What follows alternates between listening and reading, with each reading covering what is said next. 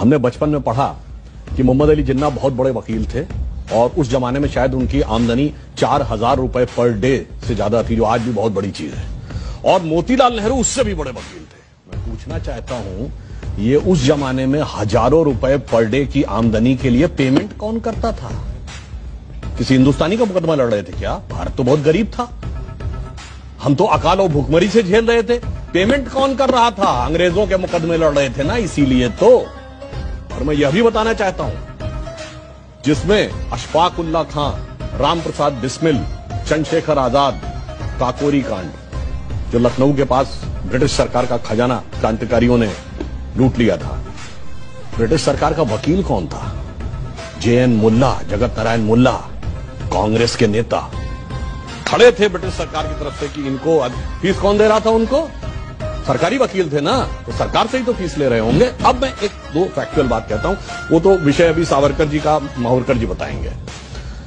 मैं एक बात कोट करता हूं, बहुत बड़े एक साहित्यकार हुए VS नायपॉल, जिनको 2003 में नोबेल पुरस्कार मिला है अपनी किताब एमंग द बिलीवर्स के लिए। उन्होंने बहुत पहले एक किताब लिखी, इंडिया द वुंडेड सिविलाइजेशन। उन्होंने कहा भारत दुनिया का एक विचित्र देश है, एकमात्र देश है जहां राष्ट्रवाद को बढ़ाने वाला नहीं, राष्ट्रवाद को कमजोर करने वाला इतिहास पढ़ाया जाता है। नंबर 2, उन्होंने कहा ये एकमात्र देश है जो अपने लिखे इतिहास को ऑथेंटिक नहीं मानता, दूसरों के लिखे इतिहास को ऑथेंटिक मानता। उन्होंने कहा ब्रिटेन में जाइए, कोई ब्रिटिश, फ्रेंच या जर्मन के लिखे इतिहास को नहीं मानता, कोई जर्मन, इटालियन या स्पेनिश के लिखे इतिहास को नहीं मानता।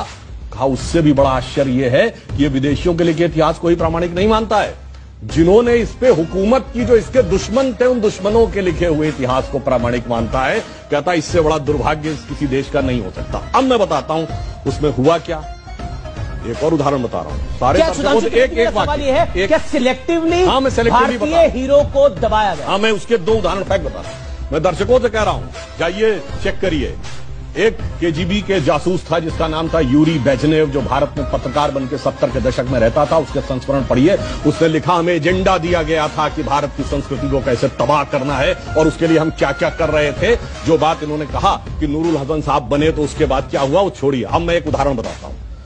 महमूद गजनी ने सोमनाथ का मंदिर तोड़ा।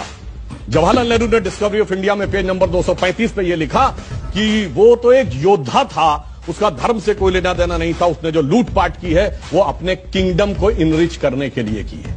जबकि हकीकत यह है कि खुद महमूद गजनवी के साथ आए हुए उसके राइटर उतबी उसने अपनी किताब तारिकुल यामनी में लिखा है कि जब उसने मंदिर पे कब्जा कर लिया और उसके पास राजा और पुजारी पहुंचे कि ये शिवलिंग मत तोड़िए, इसके लिए हम 1 करोड़ स्वर्ण मुद्राएं देने को तैयार हैं, और उसके सलाहकार गए तो जानते क्या जवाब दिया महमूद गजनी ने? कि मैं तोड़ूंगा जरूर, इसलिए कि कयामत के दिन मैं बुत फरोश के रूप में जाना जाऊं, बुत शिकन के रूप में जाना जाऊं, बुत फरोश के रूप में। यानी नहीं बना पढ़ाई जाती, यानी ट्रेवल, यानी मैं एक बुत फरोश का मतलब हुआ कि जो मूर्तियों के साथ बिजनेस कर रहा हो, उसके लिए नहीं, मूर्ति को तोड़ने। फिल्में हम लोग देखते हैं, युवा पीढ़ी को प्यार मोहब्बत की बातों में बड़ा आनंद आता है। एक लाइन और कह दूं तो, प्यार मोहब्बत की बात हो तो क्या नाम याद आते हैं? शाहजहां, नूरजहां, जोधा अकबर, सलीम अनारकली, शीरी फरहाद, लैला मजनू, यही पढ़ाया गया ना। जबकि एक मुगल बादशाह बताइए जिसकी 1 दर्जन से कम ऑफिशियल बीवियां रही हों, और एक भी बादशाह बताइए ऐसा कैसा प्यार था तो 10-10 मगर एक स्त्री के प्रति समर्पित निष्ठावान प्रेम का प्रतीक 3 पीढ़ियों से हमारे दिमाग में ऐसे भर दिया गया कि बच्चे से पूछिए तो उसे यही याद आता है। इसे कहते हैं एजेंडा। और एजेंडा सिर्फ एक तरफ नहीं था। इंडिया गेट के सर्किल पे घूम जाइए, बाबर रोड, हुमायूं रोड, अकबर, वो सब तो अलग है। आपको मान सिंह रोड भी मिल जाएगी, मगर राणा प्रताप रोड नहीं मिलेगी।